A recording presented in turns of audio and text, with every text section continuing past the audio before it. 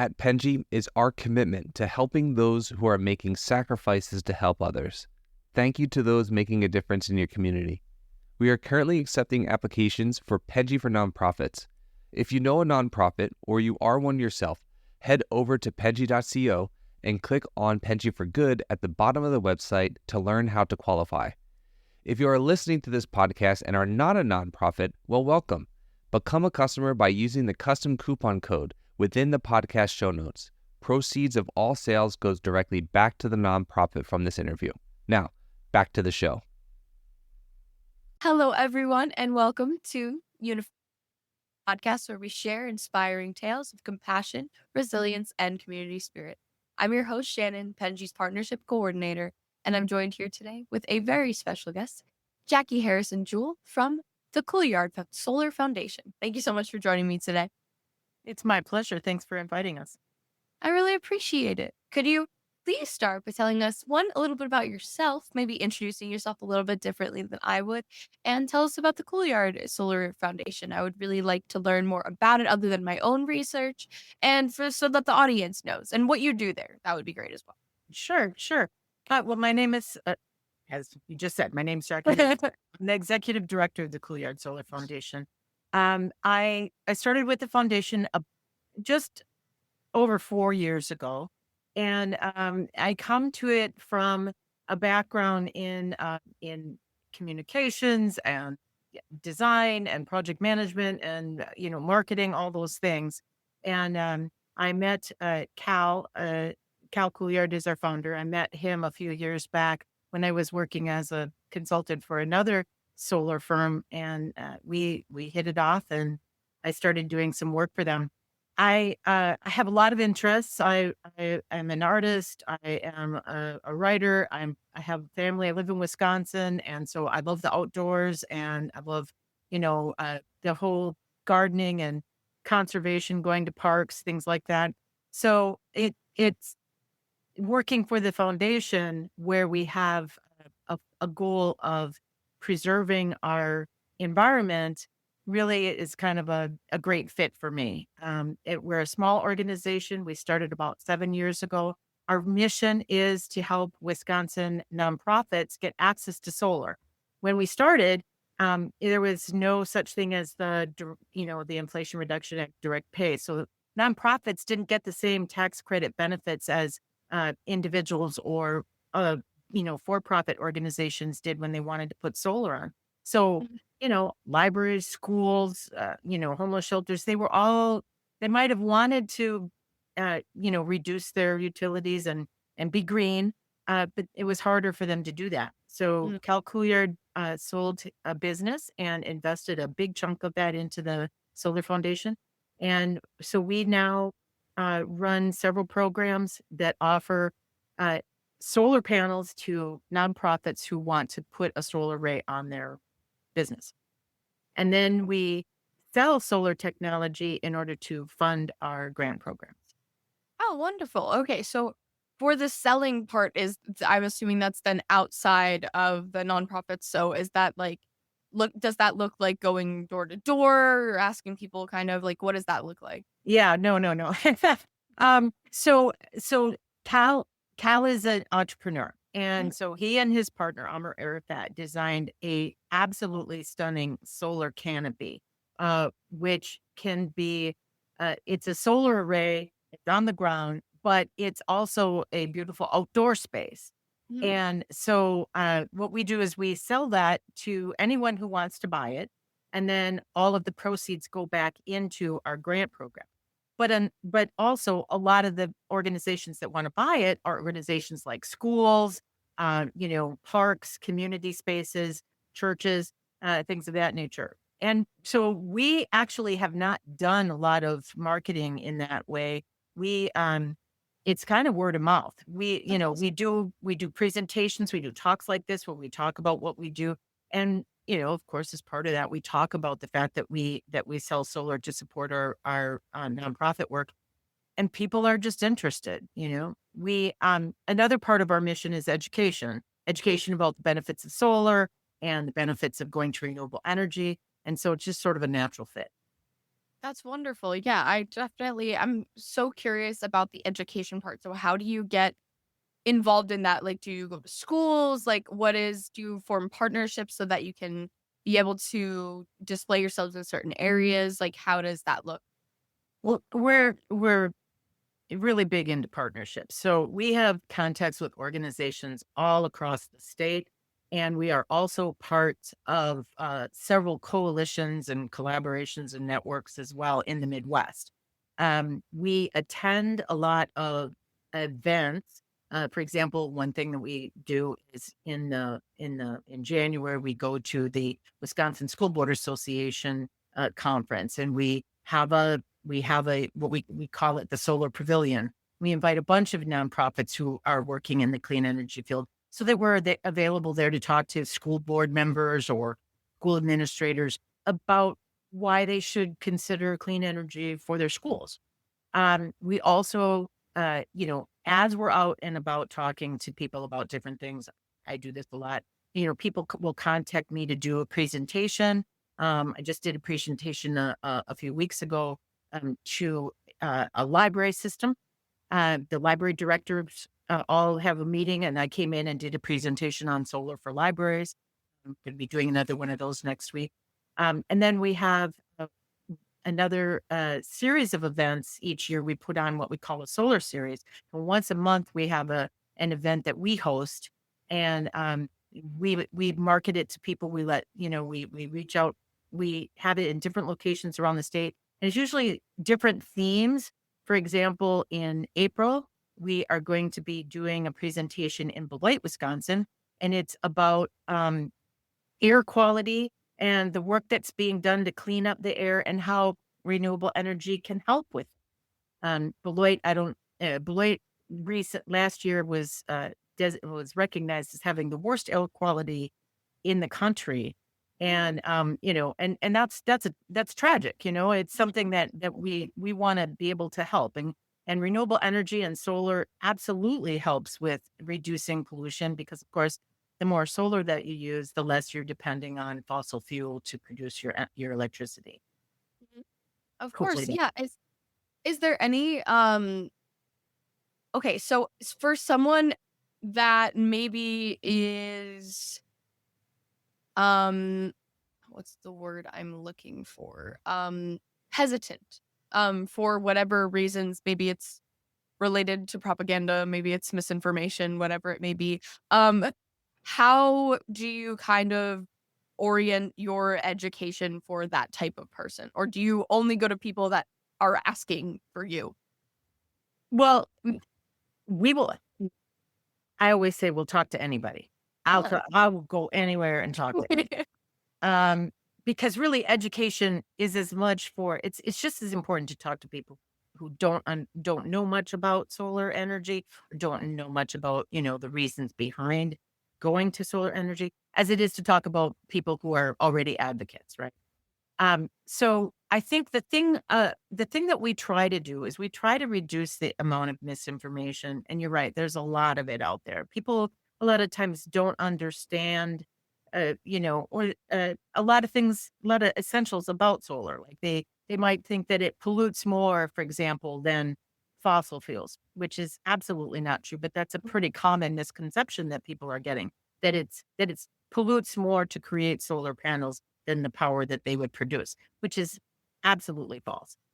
Um, so one of the things that we do is we sort of talk to the people wherever we're going to go and do a talk. We talk with them beforehand about what information they would like to have, and then we sort of curate our information that we provide based on that. But it usually involves talking a little bit about how solar works. A lot of times, describing for people how a solar array works and what it means when a solar array is attached to the grid or off grid, which means that it's just operating with batteries.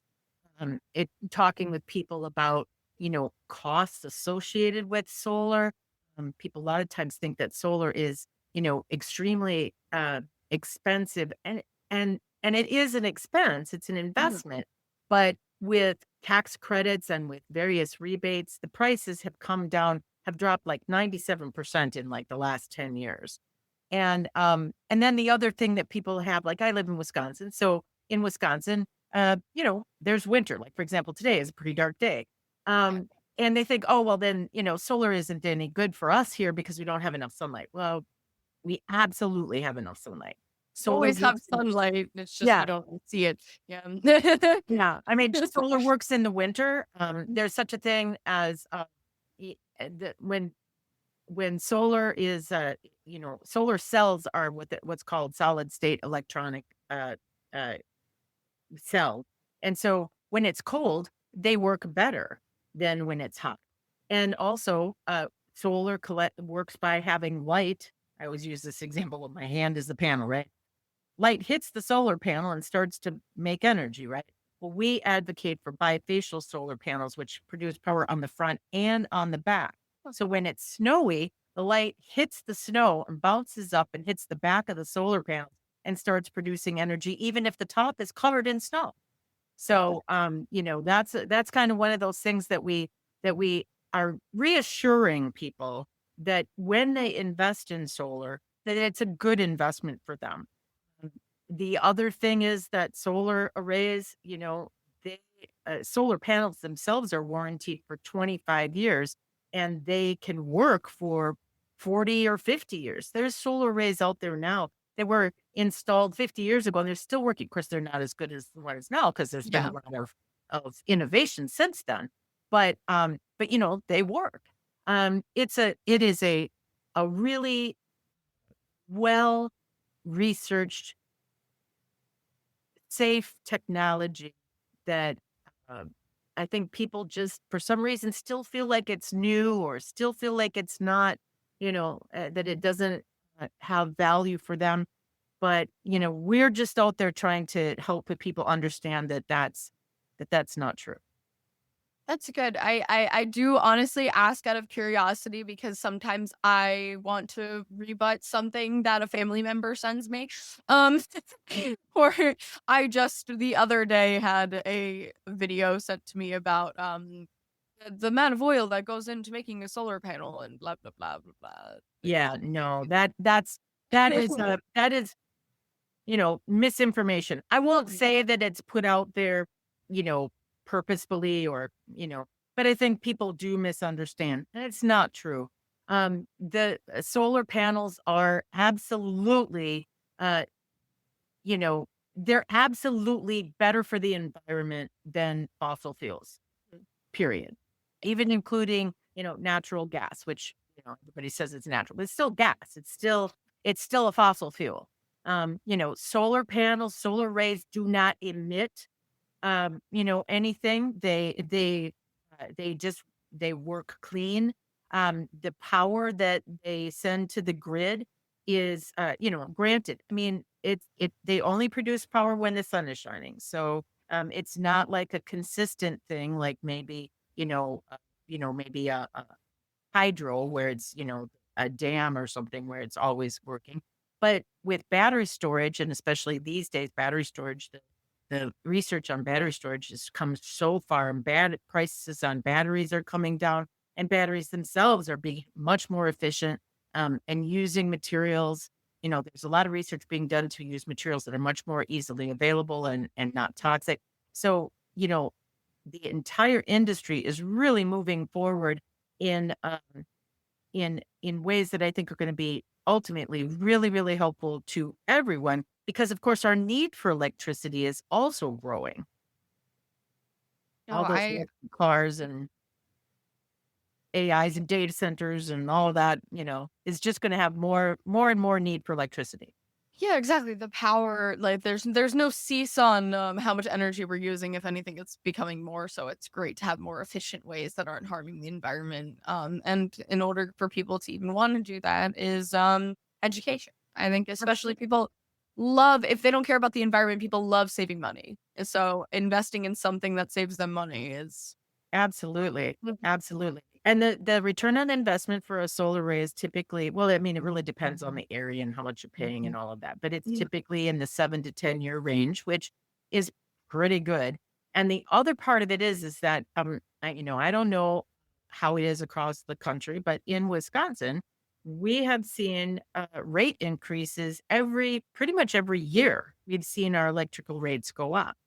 Mhm. And so if you say you invest in a solar array, um, you know, that's not that payment is going to stay the same. Even if you had to finance it, that payment will stay the same. Meanwhile, your rates are going up, but you're not having to pay those higher rates. Yeah. So, you're going to see a greater savings all along. But the savings, I mean, the benefits even go beyond, saving money. And for a lot of people, that's really important. But it's also stability of the power grid. We in Wisconsin, we have a lot of rural folk and, the power sometimes can go out for a couple of days. Well, you've got those refrigerators that have all that food in there. You've got, important things that you need electricity for. And if you have a solar array and battery backup in a rural area, you can ride out a lot of that instability in your power grid and have a be safe for your family, and safe for your for if you have elderly folks who have, electrical medical devices or, Yeah. whatever. Yeah, that's such a wonderful thing too that I didn't even think about that could be. I I always think of the folk that do not consider the environment as like a factor in their choices, which unfortunately Right. is the reality of a lot of people. So I love knowing the different types of benefits to bring to someone that maybe is that type of person. So it's wonderful to know that there's like all these different options. I'm sure that you deal with this often. I do. I have a little story for you if you don't mind. Ooh, I would love a little story.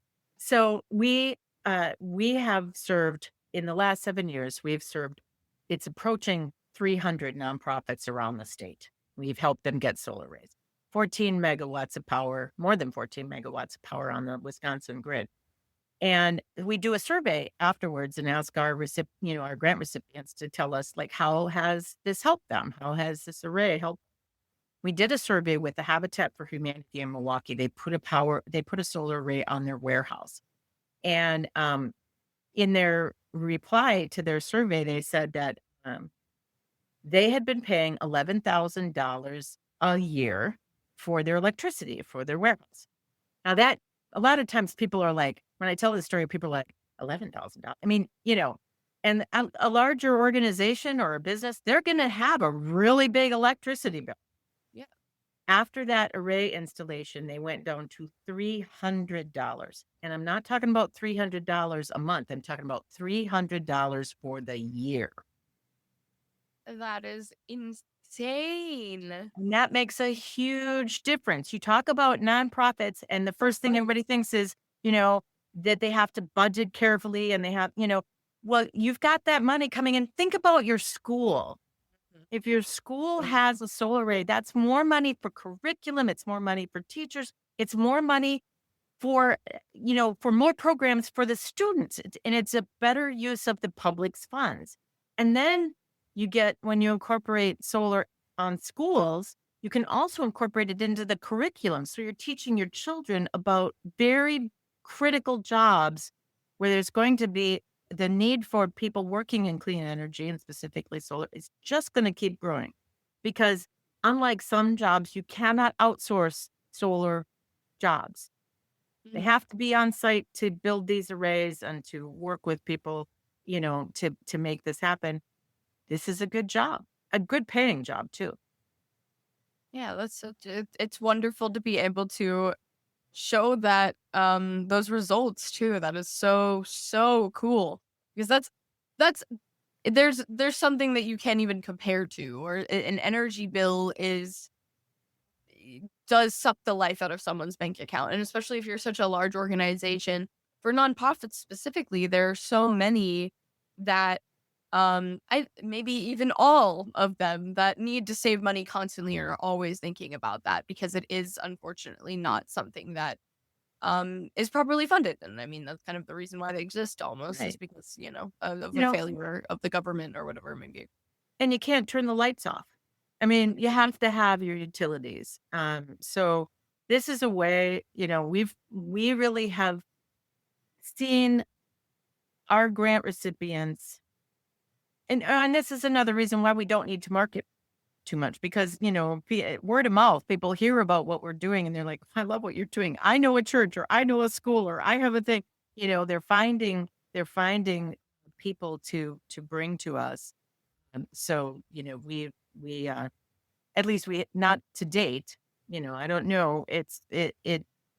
You I think that this is something that organizations, whether they're nonprofits or for profits, need to be looking at for themselves, for their bottom line, and also for the impact that they make on their community. We talk a lot of times to organizations, even for profit organizations, who really are concerned that their customers or their audience or their community is looking for them to be greener, is looking for Mhm. them to make choices that are going to help the community overall. And so, even if we're talking with a business who's maybe interested in buying one of our canopies, they come to us and they're like, I want to show my customers, I want to show my community that I am thinking about the future, that I'm thinking about my community and taking steps to use less fossil fuels and to have cleaner air, all those things. And so, this is something that any organization or any family that's considering this, it goes beyond just uh, you know, it goes beyond just kind of being like I don't know, like a tree hugger kind of thing. It goes into all sorts of, sustainability and resilience concepts that people are really starting to think a lot about. Yeah. Do you have any long-term studies that are related to like specifically pollution maybe or an area in which is affected by that because it's explaining that the area that you were talking about earlier is one of the worst in the country. Is there Right. anything that you can see like improvement for that based off of how many are being used?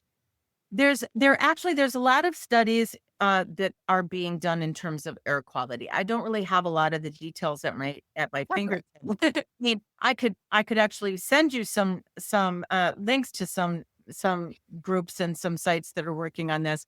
It's there's all across the country. There's a lot of work being done on the concept of resilience and the concept of creating, these areas where I mean it co it's solar plus batteries, but it's also, working with the community to provide spaces and support, for those areas that are really hit the hardest with climate change. So that includes areas maybe where in the wintertime, like here in Wisconsin, in the wintertime, if it gets really, really cold, like, Mhm. um, a couple of not this last winter, but the winter before, they had rolling brownouts because so many people were wanting to heat their homes. So they Mhm. were like taking, they were reducing people's availability or even shutting off their electricity for a while so that they didn't shut down their have to shut down their grid. Well, if you have more solar on the grid, that becomes less of an issue. Mhm. In Texas, a lot of people went to solar after those really bad storms a few years back. A lot of people went to solar, and then the next time they had a bad storm come through in the winter, their grid didn't go down because so many people had gone to solar and solar battery. So putting more solar on the grid really does stabilize the grid for people. And then in urban areas, if you put in like solar arrays and uh, you add more shade uh, the over the concrete, and you plant more trees, put in more solar. Um, it makes the entire area cooler. Mhm. So I don't have like specific things. I have articles that I've read and a variety of stuff that I can offer, but I mean, honestly, that's even better because I think it's easier for people to digest what you just said rather than maybe looking at a bunch of statistics. Me, I love statistics, but I also love what you just said. So, I like statistics too. I mean, I'm kind of a geek about it. I like to get into reading about kind of the all the articles and research that supports, you know, why clean energy is so good. There's actually a couple of organizations, if people are interested. There's the National Renewable Energy Laboratory, or NREL, that has a lot of information on their site. It's just freely available to the public.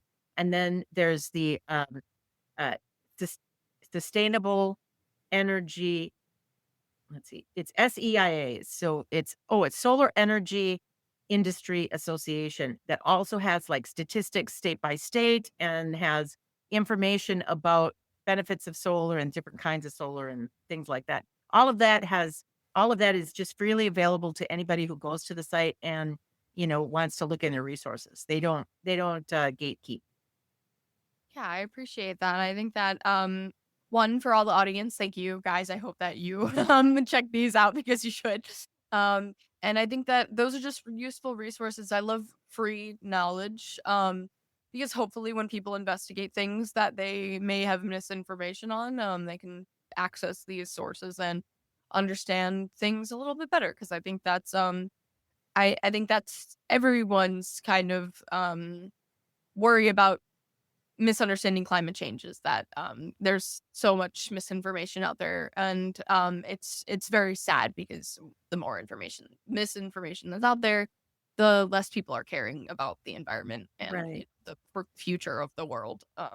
It's hard to know who to trust, you Yeah, know? I mean, sometimes people will contact us and they wanna ask us questions just even about solar arrays because they and now I will preface this by saying we work with a lot of wonderful installers. We work with over 65 installers across the state of Wisconsin, and we have some wonderful installers. But, sometimes people get nervous and, maybe an installer talks to them in language that they don't understand. So, they'll actually call us and say, "Hey, I had a question about this or question about that." We're happy to answer that. But I know that sometimes if it's about a technology that maybe is, you people don't know what they don't know, and there's no reason why everyone should have to have a technical level, high level knowledge of a technology that is not their area of expertise, right? And so having a trusted source, having someplace they can go where they know that the information is good is always good. exactly. I think that it is when someone doesn't know something about something like a entire subject, they might be very wary about it. Especially sometimes you exactly what you said. People don't know what they don't know. They don't know what questions to ask sometimes because they don't understand it entirely. And of course, like I don't, I understand renewable energy, but I don't understand how a solar panel works, like technologically. I've seen the diagrams, but I don't understand Right. like how someone builds it, how it works, if it's installed correctly. Because I don't, Yeah. and so it's nice to have that information out there to be able to. It's also important that it's digestible for the average person as well. Yeah. I mean, that's true. And any technology can be prone to, jargon and talking about mentioning megawatts or kilowatts. What is a megawatt? What does that mean? That sort of thing. And just I do have a megawatt will power roughly 300 homes in Wisconsin.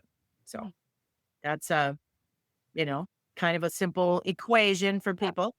It varies from state to state because different states have different types of solar on their power grid and stuff. But that's the kind of thing you can look up. You can go to that SEIA website, and they have a state by state report, and it says, "Hey, this is how many megawatts of solar on in your state, and here's how many homes are powered by that, and here's how many jobs there are in your state." It's, it's I think it's just important for people to start to get comfortable with this idea and not think about it just like something for rich people or just something for, that it's kind of that it's a scam or that it's something that isn't, valuable for everyone. The so much work is being done now to make sure that clean energy, renewable energy, and is being put in places where it benefits people who maybe can't afford maybe they don't own their home, or maybe they, can't afford a solar array, and that's okay. There's other aspects of it. There's solar farms where, large arrays that are put in that produce additional electricity, clean energy. But it doesn't cost, the people who benefit from it in that town anymore. They just know that their power is coming from a cleaner source. Yeah, that's wonderful. And I think that that is definitely something that's very reassuring for a lot of people because I think that cost is the first worry that someone has. I mean, if they believe in all the other benefits, I think that is definitely it, other than, if there's a policy difference or people have misunderstandings about certain things. I think that's obviously probably the first thing that you deal with. But then after getting past all of those things, I think that cost is always the biggest worry. It is very much for people. I mean, and it is important to remind people too, though, that say, for example, you have been thinking about a solar array. Um, There is a 30% tax credit that is for homeowners, it's for business owners, and now it's also right now available to nonprofits. So, say it costs you $50,000 to put in a solar array, which is probably on the high end, but say it costs you that. Makes Mhm. the math easier for me. Say it's $50,000. Then that 30%, you're gonna have $15,000 right off the top. That's gonna come off that, and so then it's 35. Then most states have, like, rebates and and advantages that you can also, things you can also take advantage of in your state, so it brings the cost down even more. And then you look at your utility savings each month, you're gonna have that savings. So if you decide to finance with with a credit union or a green bank, banks have programs for financing clean energy, and your utility bill is reduced, and you may have this payment, but because your utility bill is down, it kind of washes out, right? So you have like you're paying less on your utility bill, a little bit more on that financing, but in the end, you are going to have that financing paid off, and then after that, You're you've done. got You some just energy from the ran. sun. Hey, Yep.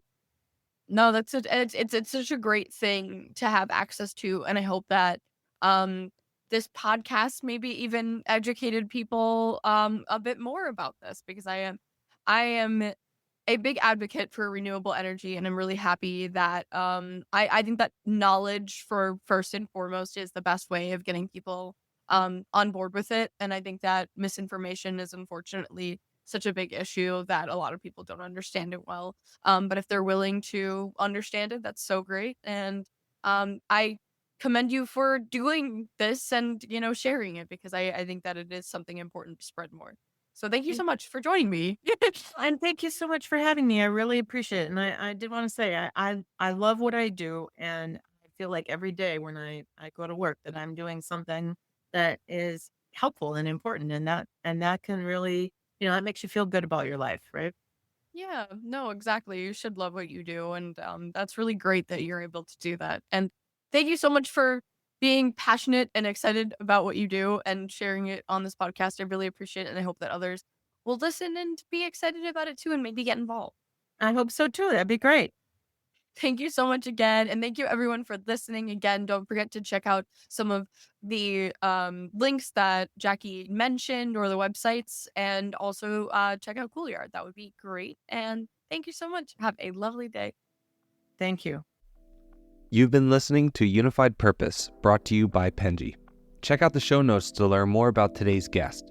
And to learn more about Penji, the human-first creative subscription service, head over to penji.co. And by the way, if you're still listening, it would mean the absolute world to us if you were to share this podcast with a friend and, of course, subscribe.